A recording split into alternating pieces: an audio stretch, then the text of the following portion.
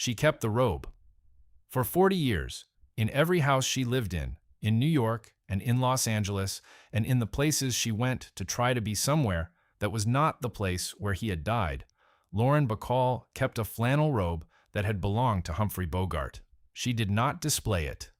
She did not talk about it in interviews, not directly, not in the way that the magazines would have wanted her to talk about it, with the particular performed sentiment that celebrity grief required and that she found from the very beginning of the 45 years she spent without him, actively repellent. She kept the robe the way people keep the things that are too important to show anyone, folded in a drawer or in the back of a closet, in the specific private place where the things that cannot be replaced are kept not because they are treasures in the formal sense, but because they are what remains when everything else has been managed and organized and packaged for public consumption, and you need, still, in the private room of yourself, something that is simply his. He died on January the 14th, 1957. He was 57 years old. She was 32. They had been married for 11 years, and 11 years had been, she would say, in interview after interview over the decades that followed, not enough, not close to enough, not a fraction of what she had expected when she married him in 1945, when she was 20 years old and he was 45, and the world had opinions about the age difference that she dismissed with the directness that would become her signature, the particular quality of forthright impatience with other people's calculations that Humphrey Bogart had recognized the first time he met her as the quality most worth having. The cancer was diagnosed in February of 1956. Esophageal cancer, the specific cruel kind that takes the voice before it takes everything else, that attacks the instrument of a man who had built his entire identity around a particular quality of speech. The delivery, the specific clipped precision of it. The way certain lines landed in his mouth as though they had been written for exactly that mouth and no other. Bogart had smoked his entire adult life. By the time the diagnosis came, he had been smoking since before Lauren Bacall was born. She did not leave his side. She did not farm the caregiving out to nurses and staff while she maintained her career and her public life. She came home. She organized her professional life around the fact of his illness with the practicality of a woman who has decided that the thing in front of her is the only thing and everything else is detail. She was 31 years old, and she had 2 young children, and her husband was dying, and she managed all of it with a quality of controlled competence that the people who observed it, the doctors, the nurses, the friends who came to visit, found remarkable and slightly frightening, because the control was so complete and so consistent that some of them wondered what was happening underneath it. What was happening underneath it was the thing that happened underneath everything with Lauren Bacall, which was that she felt it completely and showed it selectively and kept the deepest version of it for the private room where the cameras and the journalists and the fans were never invited. She had learned this early. She had learned it, in fact, from Bogart himself, who was among the most self-possessed men she had ever encountered and who had demonstrated to her over 11 years that self-possession was not the absence of feeling, but its management, and that management was not dishonesty, but survival.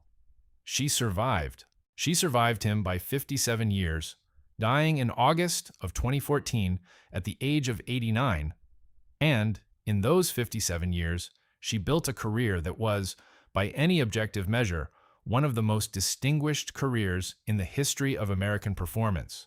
Theater, film, television, a Tony Award in 1970, a second Tony in 1981, an Honorary Academy Award in 2009, the Kennedy Center Honor, the respect of the industry measured out over decades in the specific way the industry measures respect, which is by continuing to offer you work that is worth doing. She had a full life. She said so herself in the interviews of the final decades, with the firmness of a woman who will not be pitied and who does not intend to perform her grief for an audience that has been waiting for it. But the robe stayed in the drawer. Betty Joan Persky was born on the 16th of September 1924 in New York City, in the Bronx, to a family that was Jewish and immigrant in its origins and New York in its character, which is to say, a family that was loud and opinionated and emotionally alive in ways that the Protestant families she would later encounter in Hollywood found either charming or exhausting depending on their own capacity for emotional noise. Her father, William Persky, left the family when she was very young. In the specific way of certain fathers that leaves no dramatic wound but rather a chronic absence that shapes the architecture of a person's expectations about men for the rest of their life. She was raised by her mother, Natalie Bacall, who worked as a receptionist and secretary and who had the particular quality of resourceful, undramatic competence that single mothers develop in the specific circumstances of having no choice. The name change was her mother's idea, originally, and was arrived at with the practicality of people who understand that names in America are not destiny, but they are introduction, and that introduction matters. Bacall added the second L herself, later, for reasons that were partly aesthetic and partly the instinct of a young woman who understood, even at 19, that a small act of self-definition was worth making when the opportunity presented itself. She was discovered in the specific way that Hollywood discoveries of that era happened, through a magazine cover. Harper's Bazaar, March 1943. She was 18 years old, and she had been studying acting at the American Academy of Dramatic Arts, and she had been appearing in small theatrical productions and doing some modeling. And the woman who photographed her for that cover understood what she had in the frame before the film was even developed. The photograph ran. It landed on the desk of Howard Hawks, who was one of the most commercially successful directors in Hollywood, a man with a specific and well-developed instinct for female talent and what to do with it on screen. He brought her to Hollywood. He signed her to a personal contract, which was the arrangement of that era that gave the director significant control over the actress's career in exchange for the access to productions and the professional development that only someone with Hawks's industry position could provide. The arrangement was not unusual. It was not, on its face, exploitative. Hawks was a professional who took the development of his contract players seriously, who gave them acting coaching and screen tests and the sustained professional attention that built careers.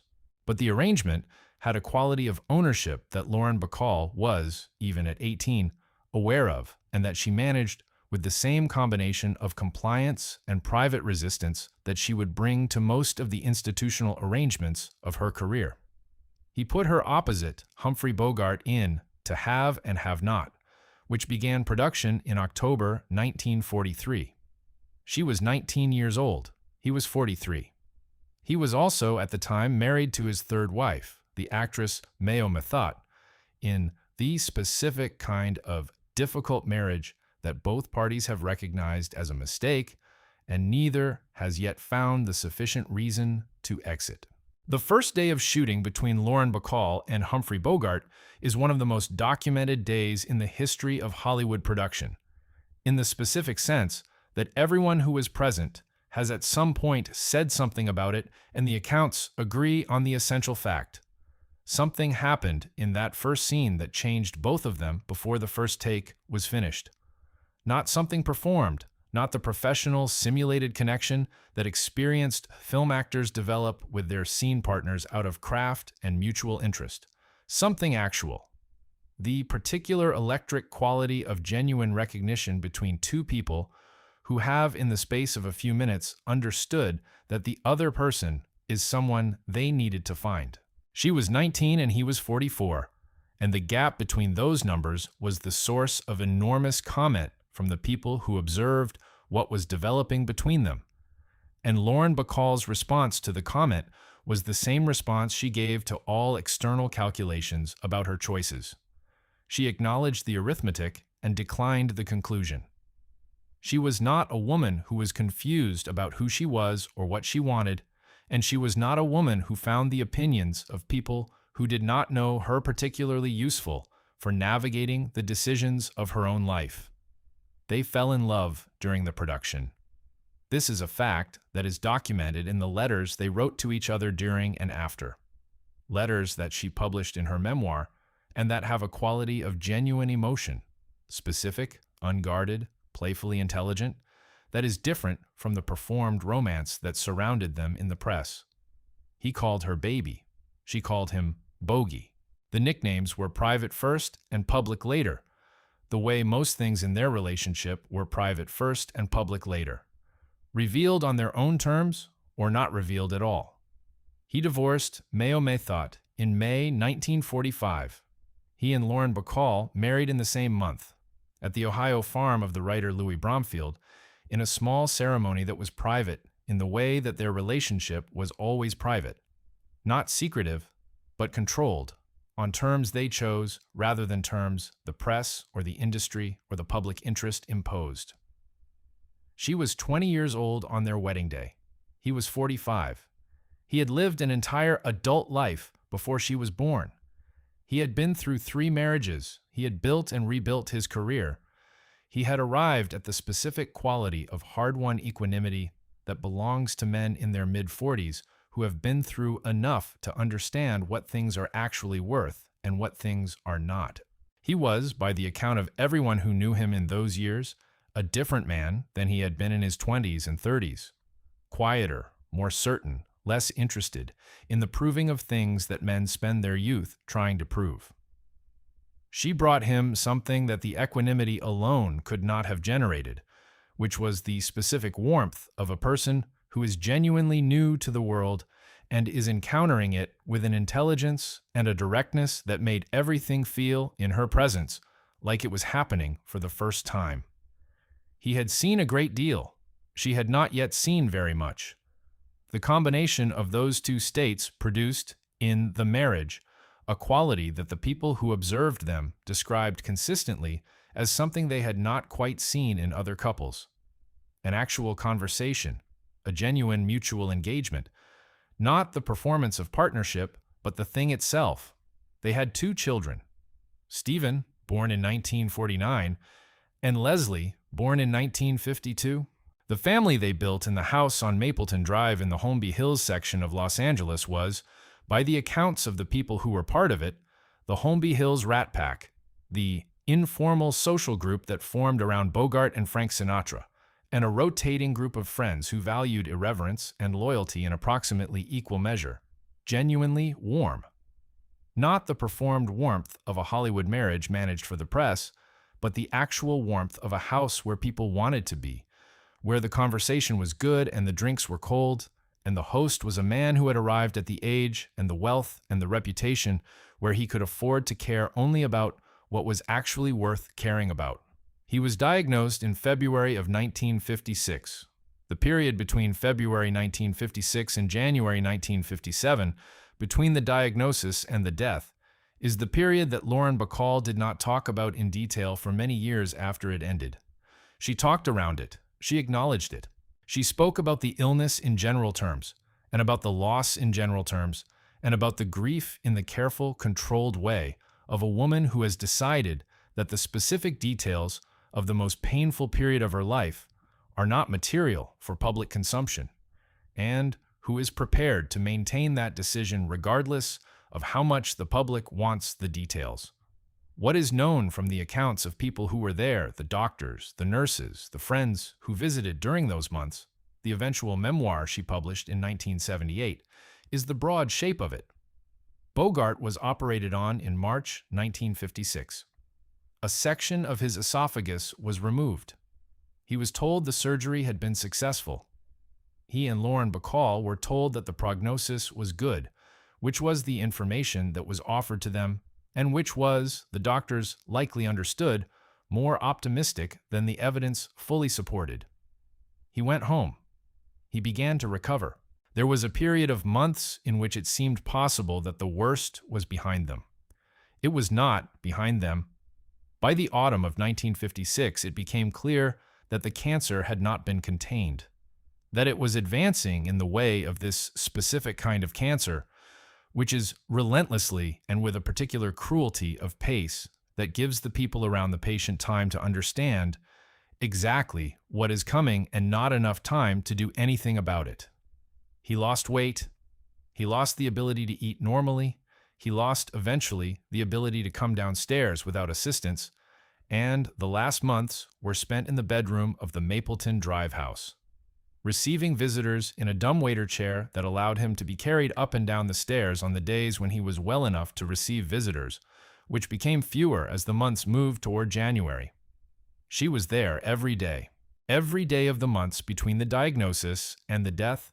She was there in the specific way of a person who has decided that being there is the only thing and everything else is negotiable. She turned down work. She reorganized her life around the reality of what was happening, with the deliberate, unsentimentalizing practicality of a woman who has understood that sentiment is a luxury and presence is what is actually required. The visitors came. Sinatra came. Katharine Hepburn came, she and Spencer Tracy together, and Hepburn, who understood something about the specific love that exists between two people who have built a life together on their own terms, and who would not perform their relationship for anyone, who would maintain the privacy of it as an act of mutual respect until death made the maintaining impossible. Hepburn sat with Lauren Bacall in the way that one woman who understands sits with another woman who is going through the thing that makes understanding the only useful currency. They did not talk about feelings, Bacall said later. They did not perform the emotional solidarity that the situation might have been expected to require. They sat. They talked about other things. And the not talking about it was its own form of acknowledgement, the form that Bacall needed and that Hepburn was capable of providing. John Huston came. David Niven came. The Holmby Hills Rat Pack came, in the way of people who understand that the purpose of the visit is not consolation, but company. That what a man in Bogart's condition needed from the people who loved him was not the reflection of their sadness, but the reminder of what his ordinary life had been. The laughter and the argument and the particular quality of engagement that had characterized 30 years of friendship brought into the bedroom and maintained there as long as it could be maintained. He died in his sleep early on the morning of January the 14th, 1957. The nurse who was with him called the doctor. The doctor called the family. Lauren Bacall, who had said goodnight to him and gone to her own room to sleep, was called back. She was 32 years old. The grief that followed was the kind that people who have not experienced it tend to imagine one way, and people who have experienced it know is actually another way entirely. The imagined version is the version in which grief is a wave. It arrives, it overwhelms, and then it recedes, and eventually the recession becomes permanent. And you come out the other side of it into something that resembles the life you had before, altered but recognizable. The actual version, the one that Lauren Bacall lived for the next 45 years, is the version in which grief is not a wave but a climate. It is the permanent condition of the atmosphere in which you live, sometimes more present and sometimes less present, never absent, shaping everything that grows in it, including the things that are beautiful and the things that are not. She had to tell the children. Stephen was 7, Leslie was 4. She had to find words for a 7-year-old and a 4-year-old that explained what had happened in a way that was true without being more than they could hold. And she did this because it was required, with the same quality of practical competence she had brought to everything in the previous 11 months.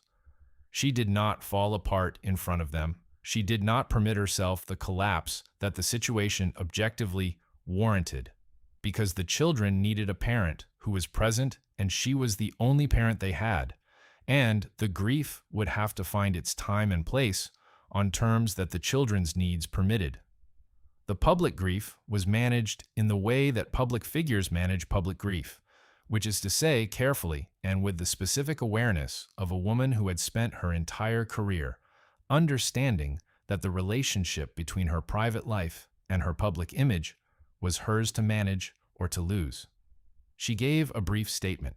She attended the funeral with the quality of dignity that the occasion required and that she was capable of providing regardless of what it cost her to provide it.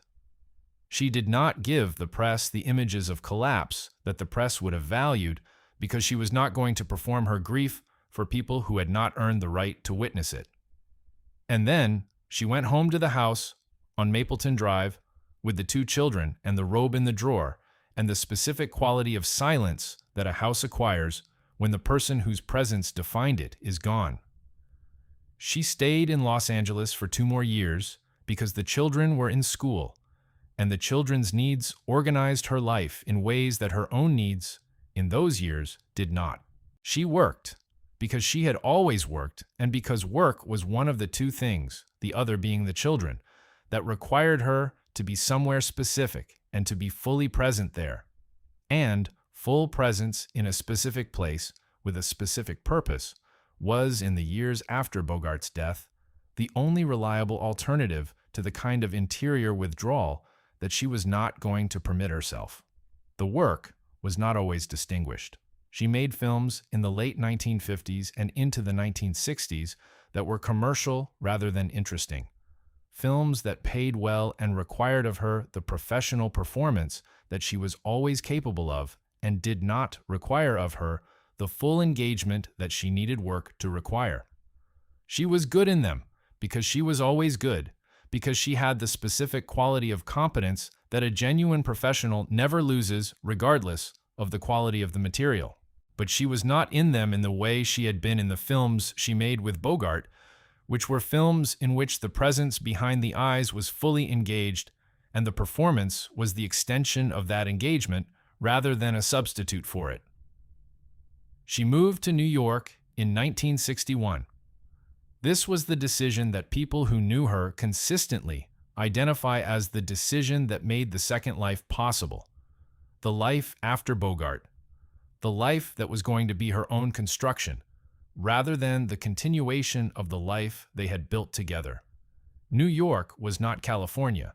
California was Mapleton Drive and the Holmby Hills Rat Pack and the specific geography of the life she had lived with him. The restaurants where they had gone, and the houses of the friends who had been their friends, and the whole physical landscape of a marriage that was everywhere she looked. New York was the city she had come from. It was the city in which, before Bogart and before Hollywood, she had been herself in the unmediated way of a person who is not yet famous and who is therefore entirely their own. She found the theater in New York in the way that people find the thing they were waiting for without knowing they were waiting for it, through a combination of availability and instinct and the specific accident of being in the right place when the right offer arrives. Goodbye, Charlie opened on Broadway in 1959, and the experience of being on stage every night in a live production, of the irreversible presence that live performance requires, of the fact that there was no second take, no editing, no opportunity to go back and redo the moment that did not quite land. This was the experience that reorganized her relationship with her own craft and her own ambition in ways that the film work of the previous years had not been doing. Cactus Flower followed in 1965 and Applause in 1970, for which she won the Tony Award that confirmed what the people who had seen her work knew, which was that she was not a film actress doing theater in the way of stars who need a career adjustment. She was a theater actress of the first rank who had spent 20 years doing other things, because the other things were what was available and what the life required. She was 45 years old when she won the first Tony. She was 56 when she won the second for Woman of the Year in 1981. She was building, in these years, the second career that was in some respects finer than the first, more fully hers, more completely the expression of what she actually was as a performer, rather than what the camera and the industry and the specific circumstances of her discovery had made of her. She also built, in these years, the reputation that would outlast the career and the performances, and eventually everything else. The reputation for a specific quality of directness that expressed itself in public as wit and in private as a refusal to be managed that could read, to people who did not know her, as intimidating and could read, to people who did know her, as the most clarifying thing about being in her presence. She said what she thought. She said it without the social softening that most people learn early and apply consistently. She said it with the particular confidence of a woman who had been married to Humphrey Bogart and who had raised 2 children alone and who had won 2 Tony Awards and who had earned, through these specific accomplishments and the specific labor they required, the right to say what she thought without apology. She was married once more, in 1961, to the actor Jason Robards. The marriage lasted 8 years and ended in divorce in 1969. In the specific way of a marriage that contained 2 people who were genuinely fond of each other and genuinely unsuited to the sustained cohabitation that marriage requires. Robards drank, seriously and progressively, in the way of alcoholism that the people around an alcoholic tend to underestimate until it is not possible to underestimate it any further. She had, by the time of the divorce, 2 more children with him, Sam, born in 1961, and a daughter who died in infancy. And the end of the marriage was not dramatic in the way of the public marital disasters that the press covers, but was rather the specific quiet defeat of a woman who had tried to make something work that was not going to work and who was not going to perform either the defeat or the trying for an audience. She did not speak about the Robards marriage with any of the nostalgic warmth with which she spoke about Bogart, because the Robards marriage was not something she felt nostalgic about in the same way, because it was not the same thing. It was a marriage she had entered and exited, with consequences that included 2 children and a confirmed understanding of what she needed and what she was not going to find in a second marriage, however much she might have wanted to find it.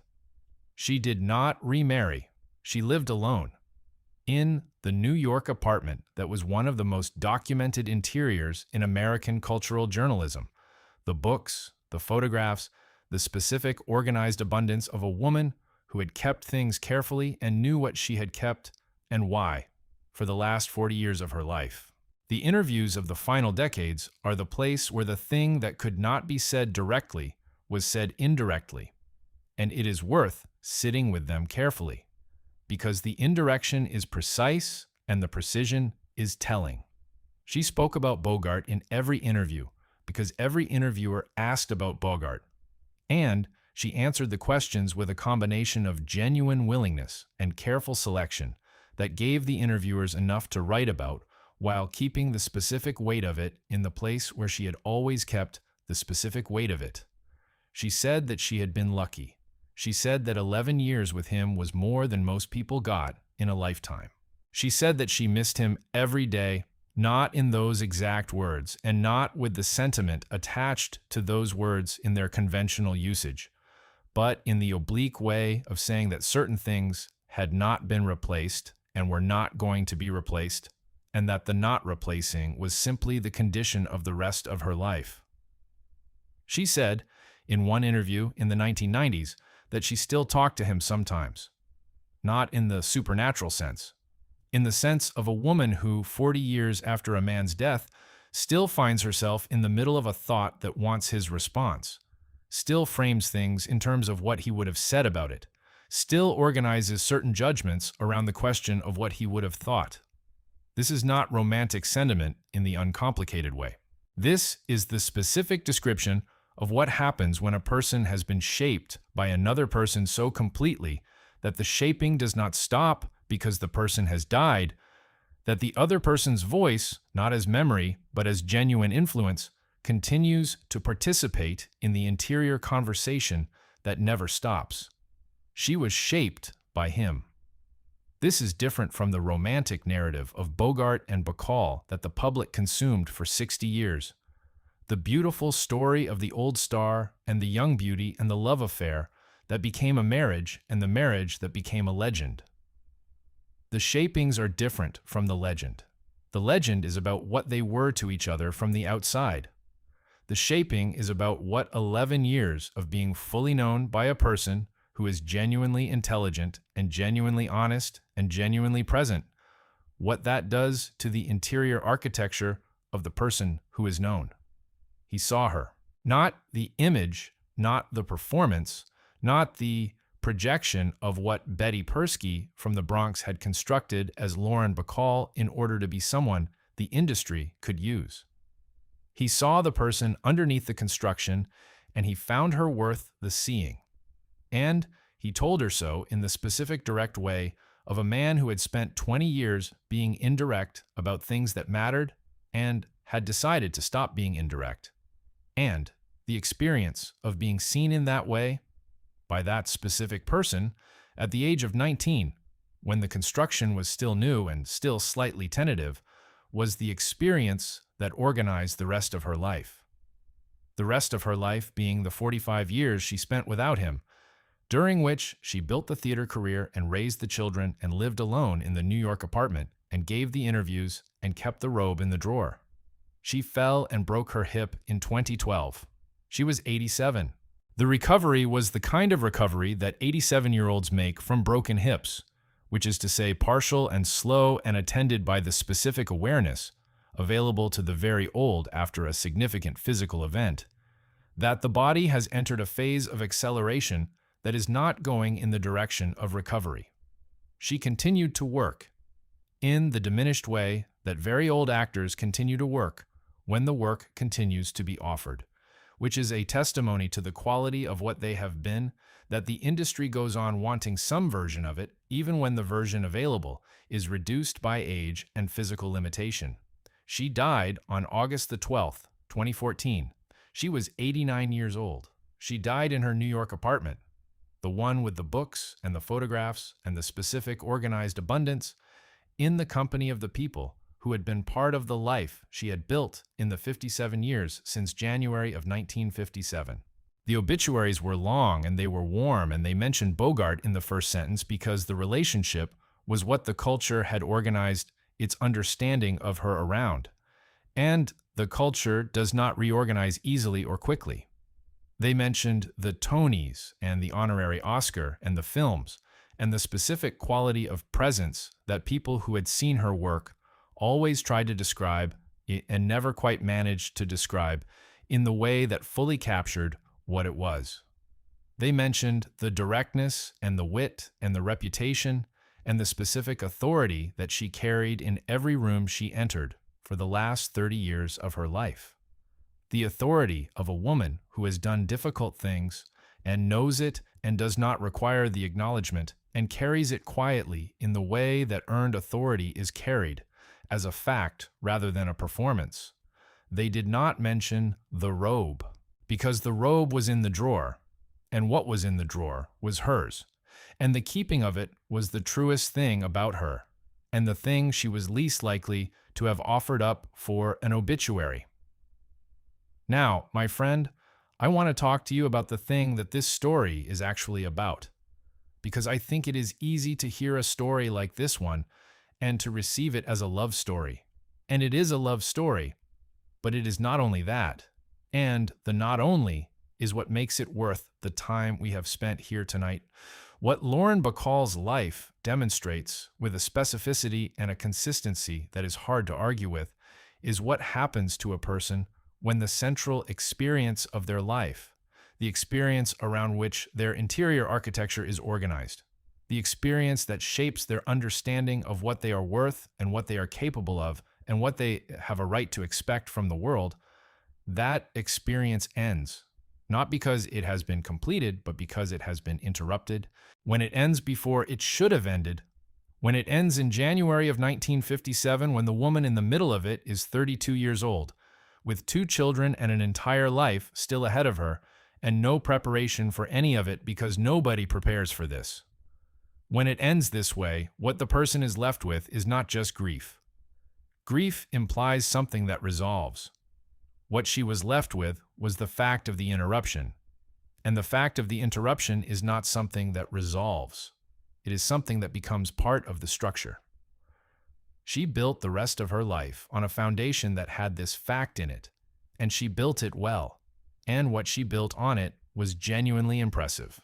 Genuinely the expression of a person of intelligence and talent and the specific kind of will that turns loss into fuel rather than allowing it to become paralysis. But the fact was in the foundation, and she knew it was in the foundation, and the robe in the drawer was the physical evidence of it, the thing she kept, because the keeping of it was the acknowledgement of the fact that the rest of the life, however full, however successful, however genuinely lived, was the life that followed the one she was supposed to have had. The life that came after the interruption. She did not dramatize this. She did not perform it.